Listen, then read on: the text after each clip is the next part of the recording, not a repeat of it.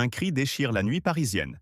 Et personne n'ose bouger. Bon, avant de plonger dans cette histoire brûlante, chers spectateurs, faites vibrer cette vidéo. Laissez un 1 en commentaire et abonnez-vous pour ne rien manquer. Si vous n'êtes pas convaincu, un simple like nous fera plaisir. Restez jusqu'à la fin. Une révélation choc vous attend, et vous ne voudrez pas la rater. Dans l'ombre des ruelles pavées du Marais à Paris, sous les néons vacillants d'un soir d'orage, la fureur explose. Camille, une étudiante de 22 ans, serveuse dans un bistrot, hurle de terreur. Ses livres s'éparpillent sur le trottoir trempé, ses rêves d'avenir piétinés.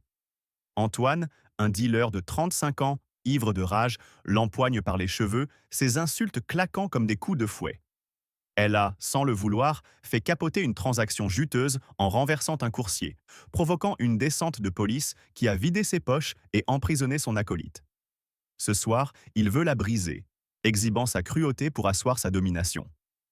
Les passants, figés par la peur, détournent les yeux. Les commerçants, derrière leurs vitrines, murmurent, impuissants. Les klaxons hurlent, l'air empeste l'essence et la tension. Camille, à terre, tente de protéger un carnet de poèmes, son refuge secret, mais Antoine l'arrache et le déchire, riant de sa douleur.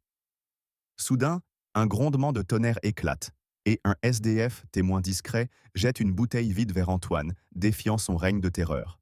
Ce geste, futile mais brave, fait trembler la foule. La colère monte, l'injustice brûle. Camille, entre deux sanglots, crie un dernier appel à l'aide, son regard perçant la nuit. Qui osera défier cette brute? Commentez un pour soutenir Camille et découvrez la suite explosive. Dans la pénombre du Marais, où les pavés luisent sous la pluie battante, un silence oppressant succède aux cris déchirants de Camille. Les néons clignotent, les klaxons s'étouffent, et l'odeur âcre de l'essence sature l'air. Mais au cœur de ce chaos, un homme se tient immobile, une ombre parmi les ombres. Jason Statham, un combattant aguerri de judo, est assis à une table bancale d'un petit café de la rue de Birague. Sa veste usée, trempée par l'orage, dissimule des cicatrices qui racontent des combats durs, des victoires chèrement acquises. Ses yeux, d'un calme glacial, scrutent la scène avec une intensité qui trahit une tempête intérieure. Il n'est pas là par hasard. En visite à Paris pour retrouver un vieux camarade, il cherchait la quiétude, un refuge loin des tumultes. Mais ce soir, le destin l'appelle. Les hurlements de Camille, mêlés au rire cruel d'Antoine, réveillent en Statham un écho douloureux. Il y a des années, dans une ruelle de Londres, il avait entendu un cri semblable. Une femme qu'il n'avait pas sauvée. Son hésitation d'alors, ce moment où il avait figé, le hante encore. Ce fantôme, cette voix brisée, résonne dans son esprit alors qu'il pose sa tasse de thé, ses doigts effleurant le bord de la table, ses phalanges blanchissant sous la tension. Ses cicatrices, gravées par des années de discipline et de douleur, semblent pulser, comme prêtes à s'enflammer. Il n'est plus cet homme qui a failli. Ce soir, il ne restera pas spectateur. Antoine, lui, savoure sa domination. Ce dealer de 35 ans, avec sa veste en cuir luisante et ses yeux injectés de rage, règne sur le Marais comme un tyran de pacotille. La perte de son deal, causée par l'innocente maladresse de Camille, l'a humilié. La descente de police a saisi sa marchandise, envoyé un de ses hommes derrière les barreaux et ébranlé son autorité. Insécure, il traque Camille jusqu'à sa sortie de la bibliothèque, déterminé à faire d'elle un exemple. « Tu crois que tes bouquins te rendront meilleur ?» ricane-t-il, arrachant son carnet de poèmes, le déchirant page par page, chaque mot de Camille tombant comme une blessure. Ces insultes, hurlées sous la pluie, sont un message clair. Personne ne défie Antoine sans payer le prix. Sa cruauté, un masque pour cacher sa peur de perdre sa place dans l'ombre du quartier. À quelques pas, dans l'embrasure de son épicerie, François, un commerçant sexagénaire, observe le visage crispé. Sa boutique, un havre modeste, où les habitués échangent des rires et des histoires, tremble sous les éclats de violence d'Antoine depuis des années. Les étagères ont vibré lors de bagarres, les vitres portent les traces de jets de pierre. François, avec son tablier taché et ses mains calleuses, serre un balai, marmonnant sa colère. Camille, cliente fidèle, lui parlait souvent de ses poèmes, de son rêve d'enseigner la littérature. Ses cris, maintenant, le transpercent. « Ça suffit », murmure-t-il, ses yeux s'embrasant d'une résolution qu'il n'a pas ressentie depuis des décennies. Son balai, un outil banal, devient une arme symbolique, un étendard de révolte. Il fait un pas en avant, puis s'arrête, hésitant, mais son cœur bat à tout rompre. Soudain, un détail inattendu fait basculer l'attention. Une vieille, accordéoniste, jouant sous un auvent pour quelques pièces, cesse sa mélodie. Dans un élan de défi, elle lance une insulte cinglante à Antoine, sa voix rauque perçant la pluie. Lâche-la, sale brute crie-t-elle, son courage inattendu faisant frémir la foule. Des passants, jusque-là pétrifiés, échangent des regards. Une serveuse d'un café voisin jette un plateau vide dans la direction d'Antoine, manquant sa cible mais amplifiant le tumulte. Ces actes, petits mais audacieux, fissurent le mur de peur. La colère collective gronde, une vague prête à déferler. Statham, toujours immobile, sent cette étincelle. Ses muscles se tendent, son souffle ralentit. Il se lève, ses bottes claquant sur le sol mouillé, chaque pas résonnant comme un compte à rebours. Les passants retiennent leur souffle, leurs murmures s'éteignent. « C'est qui ce type ?» chuchote une femme, serrant son sac. Antoine, sentant un regard perçant, se retourne, son rictus vacillant. Statham s'arrête à quelques mètres, ses yeux plantés dans ceux du dealer. « Lâche-la !» dit-il, sa voix basse, tranchante comme une lame. La pluie ruisselle sur son visage, mais il reste inébranlable, une tempête contenue dans son calme. Camille, à terre, serre un fragment de son carnet, ses sanglots étouffés par la peur.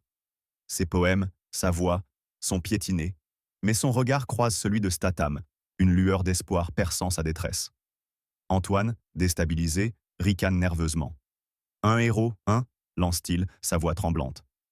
Mais la foule, galvanisée par l'accordéoniste et la serveuse, commence à murmurer plus fort. François, son balai en main, avance d'un pas, ses marmonnements devenant un grondement. La rue, saturée de tension, devient un théâtre où l'injustice d'Antoine est sur le point d'être jugée. Si cette lutte pour la justice vous enflamme, tapez un en commentaire et abonnez-vous pour la suite. Partagez avec vos amis pour rallier la foule du Marais. Ne quittez pas. Le prochain épisode promet un face-à-face explosif qui renversera tout. Qu'allez-vous découvrir sur Statham et Camille? Commentez vos théories et restez connectés. Alors que la pluie martèle les pavés du Marais, transformant les ruelles en un miroir d'ombre et de néon, une tension électrique fige la foule. Le cri de Camille, déchirant l'orage, s'est éteint, mais son écho persiste, vibrant dans l'air saturé d'essence et de colère. Jason Statham, silhouette imposante sous sa veste trempée, fixe Antoine, ses yeux comme des lames prêtes à trancher. La foule, galvanisée par le défi de l'accordéoniste et le geste audacieux de la serveuse, retient son souffle, sentant l'imminence d'un bouleversement. Mais dans l'ombre d'une boutique close, un autre acteur entre en scène, prêt à défier le règne de terreur qui étouffe le quartier. François, le commerçant sexagénaire, se tient à l'entrée de son épicerie, son balai serré comme une lance. Son visage, buriné par des années de labeur, est un masque de rage contenue. Pendant trop longtemps, il a vu le Marais ployer sous la tyrannie d'Antoine. Les bagarres ont ébranlé ses étagères, les menaces ont chassé ses clients, et les rires des enfants ont disparu des rues. Camille, avec son sourire timide et ses poèmes qu'elle lisait parfois à la caisse, incarnait l'espoir d'un avenir meilleur. La voir à terre, ses rêves piétinés, ses vers déchirés, fait bouillir le sang de François. « Plus jamais », marmonne-t-il, ces mots à peine audibles sous le grondement de l'orage. Ses mains tremblent, non de peur, mais d'une indignation qui le consume. Il connaît Antoine depuis ses débuts, un gamin perdu devenu monstre, et ce soir, François jure que ce règne s'arrêtera. Un détail inattendu intensifie le drame. Une adolescente, cachée parmi la foule, filme la scène avec son téléphone, ses doigts tremblants capturant chaque instant. Elle murmure à son ami « Il faut que tout le monde voie ça ». Cette vidéo, destinée à devenir virale, est une arme nouvelle, un cri digital qui pourrait exposer Antoine au monde. Son geste, impulsif mais puissant, ajoute une couche de modernité à la révolte, transformant la foule en témoins actifs. Les passants, d'abord paralysés, commencent à murmurer, leur voix s'élevant comme une marée. Une vieille dame, serrant son parapluie, crie soudain « Honte à toi, Antoine !» Son audace, inattendue, fait frissonner la foule, rallumant une flamme de défi collectif.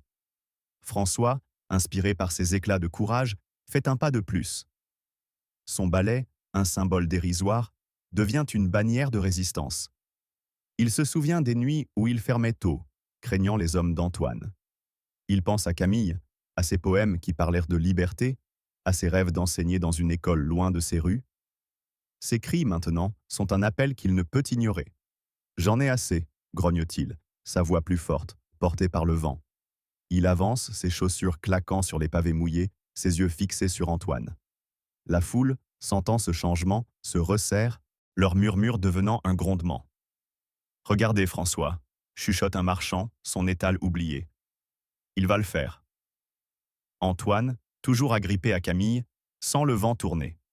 Son rictus se crispe, ses yeux balayent la foule, cherchant ses complices absents. La descente de police a décimé son équipe, et ce soir, il est seul face à une colère qu'il a sous-estimée. « Vous voulez quoi, hein » hurle-t-il, sa voix brisée par une pointe de panique. Il secoue Camille, arrachant un autre feuillet de son carnet, les mots manuscrits s'éparpillant dans une flaque. « Tes poèmes, ta fac, tout ça, c'est fini !» raille-t-il, mais son assurance vacille. La foule, autrefois soumise, le regarde avec un mépris brûlant. L'adolescente filme toujours, son objectif capturant la peur dans les yeux d'Antoine. Un nouveau rebondissement fait monter la tension. Un livreur à vélo, arrêté par le tumulte, descend de sa monture et ramasse un des poèmes de Camille, trempé mais lisible. Il le brandit, lisant à haute voix un vers. « Dans l'ombre, je trouverai ma lumière. » Sa voix, claire et ferme, résonne dans la rue, transformant les mots de Camille en un manifeste. Ce geste, spontané, électrise la foule. Des passants hochent la tête, une serveuse applaudit, et même l'accordéoniste, sous son auvent, esquisse un sourire. Les poèmes de Camille, jusque-là secrets, deviennent le cri de ralliement d'un quartier opprimé. François, galvanisé, lève son balai, ses marmonnements devenant un serment. « Pour Camille, pour nous tous !» déclare-t-il, sa voix tremblante d'émotion. Il avance encore, défiant Antoine du regard. La foule, portée par ce courage, commence à scander « Lâche-la !» Les klaxons s'éteignent, la pluie semble ralentir, et le marais, pour un instant, n'est plus qu'un battement de cœur collectif. Statham, toujours immobile, observe François, un léger hochement de tête trahissant son respect. La scène est prête pour un affrontement, mais c'est François, cet homme ordinaire, qui incarne la révolte naissante. Sous les cieux déchirés du marais, où la pluie s'abat comme une sentence, la foule vibre d'une colère palpable, un grondement sourd qui menace d'éclater. Les pavés luisants reflètent les néons vacillants, et l'odeur d'essence se mêle à la tension brute de la nuit. François, le vieux commerçant, brandit son balai, ses yeux brûlants d'une révolte longtemps contenue, tandis que l'adolescente filme, immortalisant chaque instant de ce drame. Le vers de Camille, lu à voix haute par le livreur, flotte encore dans l'air, un défi poétique à la tyrannie d'Antoine. Mais au centre de cette tempête, un homme s'avance, sa présence imposante fendant la foule comme une lame. Jason Statham, le combattant de judo, n'est plus une ombre silencieuse. Ses bottes claquent sur les pavés, chaque pas un défi, chaque souffle un serment. La scène, figée un instant par la bravoure de François et le courage inattendu du livreur, s'embrase à nouveau. Antoine, le dealer, sent le sol trembler sous ses pieds. Sa main, toujours crispée sur les cheveux de Camille, tremble légèrement, ses yeux balayant la foule avec une panique croissante. « Vous voulez quoi, hein » hurle-t-il, sa voix rauque, brisée par l'absence de ses complices. La descente de police qui a ruiné son deal l'a laissé vulnérable, et ce soir, son empire de peur s'effrite. Il arrache un dernier feuillet du carnet de Camille, le froissant avec rage, mais ses gestes sont désordonnés, son assurance un masque fissuré. « Tes poèmes ne te sauveront pas !» crache-t-il, donnant un coup de pied dans les livres éparpillés, les pages s'envolant comme des oiseaux brisés. Camille, à terre, protège son visage, mais ses yeux, pleins de larmes, trouvent ceux de Statham, une lueur d'espoir perçant sa terreur. Statham s'arrête à quelques mètres, sa veste gorgée d'eau dégoulinant sur les pavés. « Lâche-la !» ordonne-t-il, sa voix basse, un couperet prêt à tomber. Ces mots, simples mais lourds, résonnent dans la rue, éteignant les murmures de la foule. Ses poings se serrent, ses cicatrices de judo, à peine visibles sous la pluie, pulsent d'une énergie contenue. Mais une hésitation fugace traverse son regard. Une ombre du passé, une femme qu'il n'a pas sauvée, un cri qu'il a ignoré, revient le hanter. Cette nuit-là, à Londres, Il avait reculé, paralysé par le doute. Ce soir, il refuse de répéter cette erreur, mais il craint qu'un faux pas ne mette Camille en danger. Ses muscles se tendent, son souffle ralentit, et il évalue Antoine, calculant chaque mouvement comme un maître du tatami. Un rebondissement inattendu fait basculer la tension. Une vieille horloge de rue, perchée au coin d'un bâtiment, sonne soudain minuit, ses cloches graves vibrant dans l'orage. Ce son, presque surnaturel, semble figer le temps, amplifiant l'atmosphère de jugement imminent. À cet instant, un chat errant, effrayé par le tumulte, bondit d'une poubelle, renversant une pile de caisses qui s'écrase près d'Antoine. Le dealer sursaute, lâchant brièvement Camille, qui s'effondre dans une flaque, ses doigts s'agrippant à un fragment de poème. Ce chaos impromptu, mêlé au carillon de l'horloge, donne à la scène une dimension théâtrale, comme si le marais lui-même se rebellait contre Antoine. La foule, électrisée, pousse un cri collectif, certains scandant « Lâche-la !» Antoine, déstabilisé, reprend son emprise sur Camille, mais son rictus trahit sa peur. « T'es qui, toi ?» Un héros de pacotille, lance-t-il à Statham, sa voix tremblante. Il tente de reprendre le contrôle, frappant le sol du pied, éclaboussant Camille d'eau sale. « Personne ne me touche !» rugit-il, mais ses mots sonnent creux. La foule, portée par l'élan de François, du livreur et de l'adolescente qui filme, commence à avancer, resserrant le cercle autour de lui.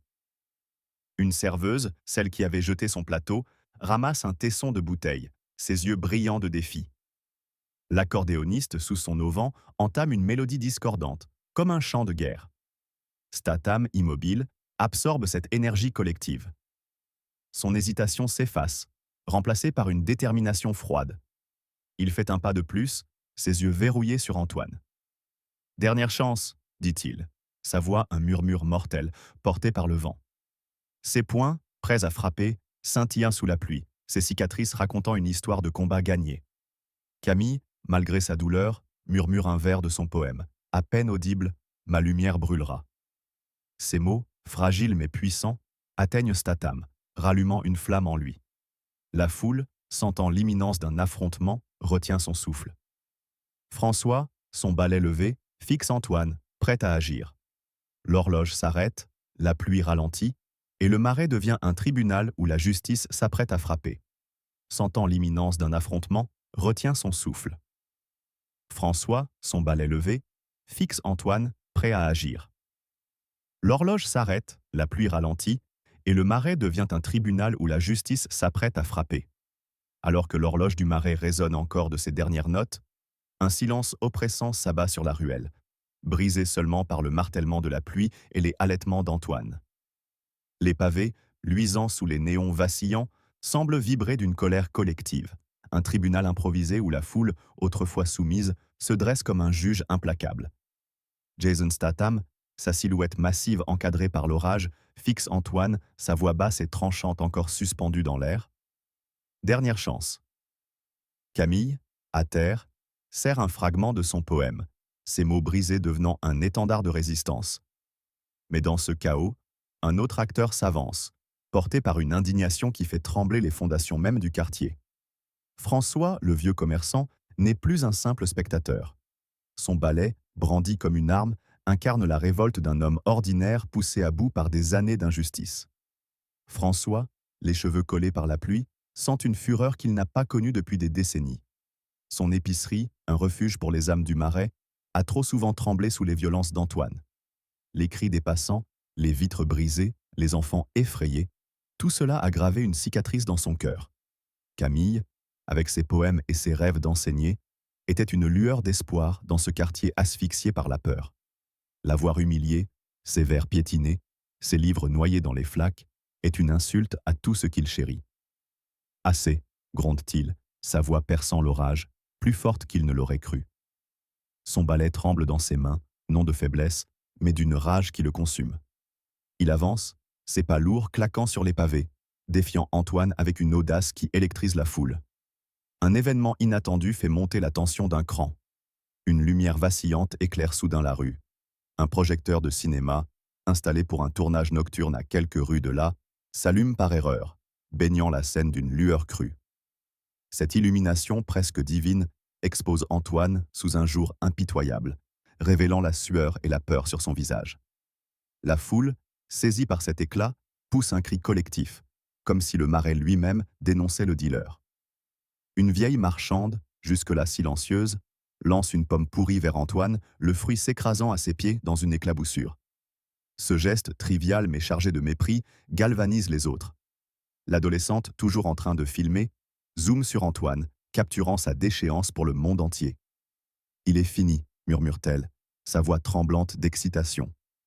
Antoine, acculé, resserre son emprise sur Camille, mais ses mouvements sont fébriles. « Vous êtes tous des lâches », hurle-t-il, sa voix se brisant sous la pression.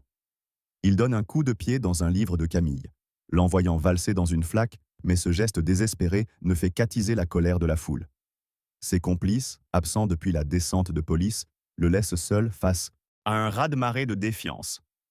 Il se tourne vers Statham, crachant « T'es rien, toi! Juste un fou qui veut jouer les héros !» Mais ses mots sonnent creux, sa bravade s'effondrant sous le poids des regards accusateurs. La serveuse, brandissant toujours son tesson de bouteille, avance d'un pas. L'accordéoniste, sa mélodie désormais un cri de guerre, intensifie son rythme, chaque note un coup porté à l'ego d'Antoine.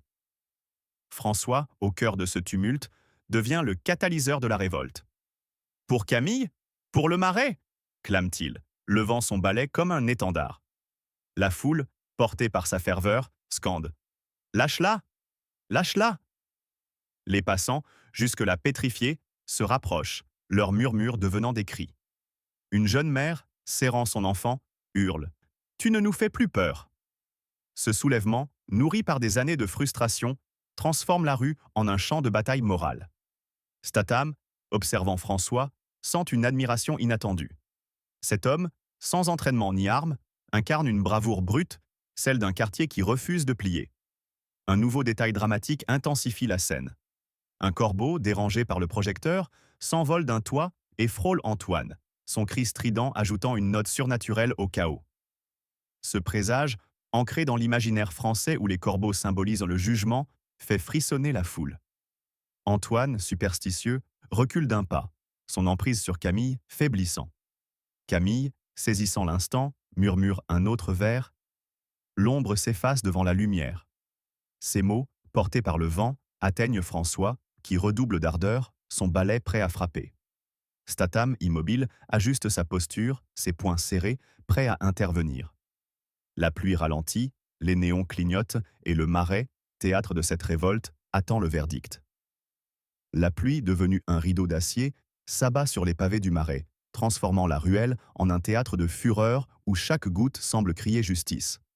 Les néons, tremblants sous l'orage, jettent une lumière crue sur Antoine, dont le visage, marqué par la peur, trahit une déchéance imminente. Le cri de Camille, étouffé mais poignant, et les vers de ses poèmes, portés par le vent, ont enflammé la foule, désormais un mur de colère prêt à s'effondrer sur le dealer. François, le vieux commerçant, brandit son balai, son serment résonnant comme un appel aux armes. Mais c'est dans une ruelle adjacente, où les ombres dansent sous l'éclat du projecteur de cinéma, que la véritable tempête éclate. Jason Statham, ses poings serrés et son regard d'acier, s'avance vers Antoine, prêt à transformer cette nuit en un verdict sans appel. La foule, galvanisée par le courage de François, de l'adolescente qui filme, et du livreur qui a donné vie au poème de Camille, pousse un rugissement collectif. Antoine, acculé, resserre son emprise sur Camille, ses doigts tremblants trahissant son désespoir. « Tu vas regretter ça, héros !» crache-t-il à Statham, mais sa voix vacille, son arrogance s'effritant sous le poids des regards accusateurs. Il donne un coup brutal à Camille, la faisant tomber dans une flaque, ses livres et ses poèmes s'enfonçant dans l'eau boueuse. Ce geste cruel et futile attise la rage de la foule. Une vieille marchande hurle « Monstre !» tandis que la serveuse, son tesson de bouteille en main, avance, prête à agir. L'accordéoniste, sa mélodie désormais un hymne de révolte, accélère le tempo, chaque note un coup porté à l'ego d'Antoine. Soudain, un rebondissement inattendu fait basculer la scène. Un groupe de jeunes artistes de rue, alertés par le tumulte, surgit dans la ruelle, leurs visages peints de motifs tribaux, vestiges d'une performance interrompue. Armés de bombes de peinture, ils vaporisent un graffiti sur un mur proche, dessinant en lettres éclatantes « Liberté pour Camille ». Ce geste, audacieux et vibrant de l'esprit rebelle du Marais, transforme la ruelle en une toile de résistance. La foule, électrisée, scande « Liberté, liberté !». L'adolescente, toujours en train de filmer, capture cette œuvre éphémère, son flux en direct attirant déjà des milliers de vues. Ce soulèvement artistique, ancré dans la culture contestataire française, donne à la scène une dimension universelle, un cri visuel contre l'oppression. Statham, au centre de ce chaos, entame son assaut. D'un mouvement fluide, il esquive un coup maladroit d'Antoine, son entraînement de judo transformant chaque geste en une arme précise. Un coup de coude s'abat sur l'épaule du dealer, un craquement résonnant dans la ruelle. Antoine titube, son cri de douleur noyé par les acclamations de la foule. Statham, sans un mot, enchaîne avec une prise rapide, projetant Antoine contre un mur, la peinture fraîche du graffiti s'étalant sur sa veste. Chaque coup est un jugement, chaque esquive un défi à la tyrannie du dealer. Mais Statham retient sa force, son regard trahissant une lutte intérieure. Il veut protéger Camille, sans la mettre en danger. Le souvenir de son échec passé, ce cri qu'il n'a pas su arrêter, le pousse à agir avec une précision mortelle. François, galvanisé par l'action de Statham, s'avance, son balai brandi comme une lance. Lorsqu'un acolyte d'Antoine, surgi de l'ombre, tente d'intervenir, François abat son balai sur ses jambes, le faisant trébucher dans un amas de caisses. La foule explose en cris de triomphe. « Vas-y François !» Le vieux commerçant, essoufflé mais déterminé, devient un symbole de la résilience du Marais. Camille, libérée un instant par la chute d'Antoine, ramasse un fragment de son carnet, ses doigts tremblants serrant un verre. « Ma lumière brûlera !» Elle se redresse, ses yeux brillant d'une force nouvelle, inspirée par Statham et François. Un autre détail dramatique intensifie la scène. Une bourrasque soudaine arrache une affiche de théâtre d'un mur voisin, qui s'envole et se plaque sur le visage d'Antoine, l'aveuglant momentanément. Cette image, presque comique mais profondément symbolique, montre le dealer englouti par la culture qu'il méprise, celle des poèmes de Camille et des artistes du Marais. La foule, saisie par ce signe, pousse un rugissement, certains frappant les pavés de leurs pieds. Antoine, arrachant l'affiche, hurle de rage, mais ses gestes sont désordonnés, sa domination brisée. Statham, impassible, s'approche, prêt à mettre fin à ce règne de terreur. La ruelle, baignée par la lumière du projecteur et les couleurs du graffiti, devient un champ de bataille où la justice s'écrie en direct. Si cette bataille pour la liberté vous a secoué, laissez un 1 en commentaire et abonnez-vous pour ne rien manquer. Partagez cette vidéo pour faire entendre le cri du Marais. Restez jusqu'au prochain épisode. Un twist renversant vous attend et les secrets de Statham et Camille pourraient tout changer. Qu'allez-vous découvrir? Dites-le nous en commentaire.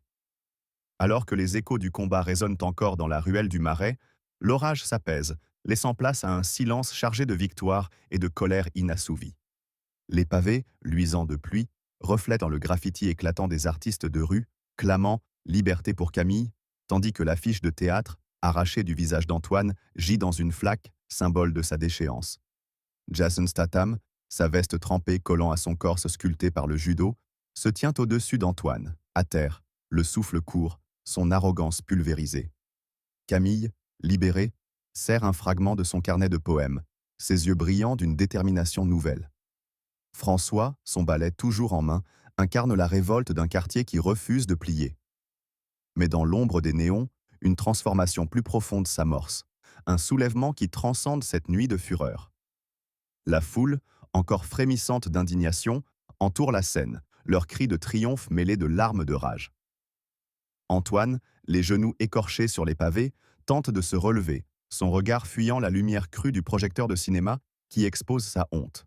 « Vous paierez tous », bafouille-t-il, mais sa voix, autrefois menaçante, n'est plus qu'un murmure brisé. La descente de police qui a décimé son réseau l'a laissé seul, et ce soir, le Marais, uni, lui tourne le dos. Une vieille marchande, celle qui avait lancé une pomme pourrie, s'avance et crache à ses pieds, son geste chargé d'un mépris ancestral. La serveuse, son tesson de bouteille abandonné, aide Camille à se relever, murmurant « T'es plus forte que lui ». L'adolescente, son téléphone toujours en main, continue de filmer, sa vidéo désormais vue par des milliers, un cri digital qui fait trembler les fondations du pouvoir d'Antoine. Un rebondissement inattendu intensifie l'émotion. Une cloche d'église, celle de saint Paul Saint-Louis, résonne soudain dans la nuit, ses notes graves vibrant comme un jugement divin. Ce son, rare à une heure si tardive, semble sanctifier la victoire de la foule, donnant à la scène une aura presque mystique. À cet instant, un vieil homme, un ancien libraire du quartier, sort de l'ombre, tenant un recueil de poésie. Il s'approche de Camille et, d'une voix tremblante, lit un vers d'Apollinaire. Sous le pont Mirabeau coule la Seine, et nos amours. Il s'arrête, les larmes aux yeux, et ajoute « Tes poèmes, Camille, vivront ». Ce geste, ancré dans la tradition littéraire française, transforme la lutte de Camille en un symbole de résilience culturelle, rallumant la flamme de la foule. Les artistes de rue, inspirés, ajoutent une nouvelle inscription au graffiti. Les mots sont nos armes. Antoine, humilié, tente de fuir, titubant vers une ruelle sombre. Mais la foule, désormais unie, forme un mur humain, l'empêchant de s'échapper. « Où vas-tu, lâche » crie un jeune livreur, celui qui avait lu un vers de Camille. Antoine, acculé, s'effondre à nouveau, ses mains couvrant son visage, incapable de supporter les regards accusateurs. Statham, impassible, s'approche et ramasse le carnet déchiré de Camille, le lui tendant avec un regard qui dit « Continue ». Il ne savoure pas la victoire, son passé. Ce cri qu'il n'a pas su arrêter à Londres, le poussant à rester sobre. « Va-t'en », dit-il à Antoine, sa voix un coup près. Le dealer, brisé, se relève et s'enfuit, sa veste tachée de peinture, son règne réduit à néant. François, épuisé mais fier, pose son balai contre un mur, son regard parcourant la foule. « C'est fini », déclare-t-il, sa voix rauque mais ferme. Il s'approche de Camille, posant une main paternelle sur son épaule. « On va protéger ce quartier, pour toi, pour nous tous. » La foule, touchée par son courage, scande son nom. « François, François !» Une idée germe alors. François annonce la création d'une association de quartier, un comité du Marais, pour veiller sur les rues et empêcher un autre Antoine de surgir. Cette initiative, née dans le feu de la révolte, donne un sens concret à la victoire, transformant la colère en action collective. Un dernier détail dramatique scelle la scène. Un arc-en-ciel, inattendu sous les nuages d'orage, apparaît au-dessus de l'église, ses couleurs pâles illuminant le graffiti et la foule. Ce signe, chargé de symbolisme, semble bénir la renaissance du Marais, un quartier libéré par la bravoure de ses habitants. Camille, debout, lit un dernier vers de son carnet, sa voix claire perçant la nuit. « Ma lumière brûlera, même dans l'ombre. » Ces mots, portés par le vent, inspirent la foule, qui applaudit, les larmes mêlées de fierté. Statham, en retrait, observe, un léger hochement de tête trahissant son respect. Le Marais, autrefois étouffé par la peur, renaît dans cette nuit de justice, uni par les poèmes, le courage et la révolte. Alors que l'arc-en-ciel pâle s'efface dans le ciel du Marais, la ruelle, encore frémissante de la victoire sur Antoine, se drape d'une quiétude nouvelle, comme si la pluie avait lavé des années de peur. Les pavés, brillant sous les néons apaisés, portent les traces du combat. Le graffiti, Liberté pour Camille, les fragments de poèmes éparpillés, et l'affiche de théâtre froissée, témoin d'une révolte qui a ébranlé le quartier. Camille, debout, serre son carnet abîmé, ses mots devenus l'étendard d'un soulèvement. François, son balai reposé contre un mur, incarne la fierté d'un Marais renaissant, tandis que Jason Statham, silhouette stoïque, s'éloigne, sa mission accomplie. Mais sous cette apparente accalmie, une transformation profonde s'enracine, un serment collectif qui promet de changer le visage du quartier à jamais. La foule, encore vibrante d'une colère purifiée par la justice, se disperse lentement, mais leurs murmures portent une résolution nouvelle. Antoine, défait, a disparu dans les ombres, sa fuite marquée par la honte. Son manteau taché de peinture, son regard fuyant, il évite les ruelles qu'il dominait autrefois. La vidéo de l'adolescente, désormais virale, a exposé sa déchéance au monde, chaque vue un clou dans le cercueil de son règne. Une vieille marchande, essuyant ses mains sur son tablier, murmure « Il ne reviendra pas ». Mais cette victoire, bien que triomphale, ne suffit pas. La colère qui a enflammé le Marais, contre Antoine, contre l'injustice, contre la peur, se mue en un feu durable, un engagement à ne plus jamais plier. Camille, ses joues striées de larmes séchées, se tient plus droite, ses poèmes désormais un manifeste. « Ma lumière brûlera », répète-t-elle, sa voix ferme, Un serment qui résonne dans le cœur de tous. Un événement inattendu scelle cette transformation. Une lanterne, accrochée à l'entrée de l'église Saint-Paul-Saint-Louis, s'allume soudain, projetant une lueur dorée sur la foule. Cette lumière, allumée par un sacristain alerté par le tumulte, semble bénir le renouveau du quartier. À cet instant, un groupe d'enfants, jusque-là cachés dans une cour, surgit avec des dessins colorés, des esquisses de la scène qu'ils ont vue. Camille debout, Statham face à Antoine, François brandissant son balai. Ces dessins, naïfs mais poignants, sont offerts à Camille, un geste spontané qui transforme la nuit en légende. Une fillette timidement murmure « T'es notre héroïne ». Ce moment, ancré dans la tendresse communautaire française, donne à la révolte une dimension intergénérationnelle, un pont entre les anciens et les jeunes du Marais. François, inspiré par cette lueur et les dessins des enfants, prend la parole. « Ce quartier est à nous », déclare-t-il, sa voix rauque vibrant d'émotion. Il annonce la création d'ateliers de poésie animés par Camille pour que les mots deviennent une arme contre l'oppression. Son comité du Marais prend forme, un réseau de voisins déterminés à patrouiller, à protéger, à reconstruire. La foule, touchée, applaudit, certains proposant déjà des idées, des fresques murales pour célébrer la victoire, des lectures publiques pour honorer les poèmes de Camille. La serveuse, son courage retrouvé, s'engage à organiser des collectes pour réparer les vitrines brisées. L'accordéoniste posant son instrument promet une chanson sur cette nuit, un hymne pour le Marais. Antoine, de son côté, erre dans une ruelle éloignée, son souffle court, son esprit hanté. La vidéo virale, les cris de la foule, le regard implacable de Statham, tout cela le ronge. Pour la première fois, un doute s'insinue. Son pouvoir, bâti sur la peur, était-il une illusion? Il évite ses anciens complices, leur regard méfiant le poursuivant. Une vieille connaissance croisée près d'un café fermé lui lance « T'es fini, Antoine ». Ces mots, durs mais vrais, plantent une graine d'introspection, un frémissement d'humilité dans son cœur endurci. Mais le Marais, lui, ne l'attend pas. Il avance, porté par une colère transformée en espoir. Un dernier détail dramatique ancre cette renaissance. Une étoile filante, rare dans le ciel parisien, traverse l'horizon, visible un instant au-dessus de l'église. La foule, levant les yeux, y voit un signe, une promesse que leur combat portera ses fruits. Camille, tenant un dessin d'enfant, lit un dernier vers. De l'ombre naît la lumière. Ces mots, portés par la brise, unissent dans le quartier. Statham, s'éloignant dans l'obscurité, ne se retourne pas, mais un léger sourire trahit sa fierté. Le Marais, jadis étouffé par la peur, est désormais un phare, ses rues vibrant d'une colère canalisée en courage, en art,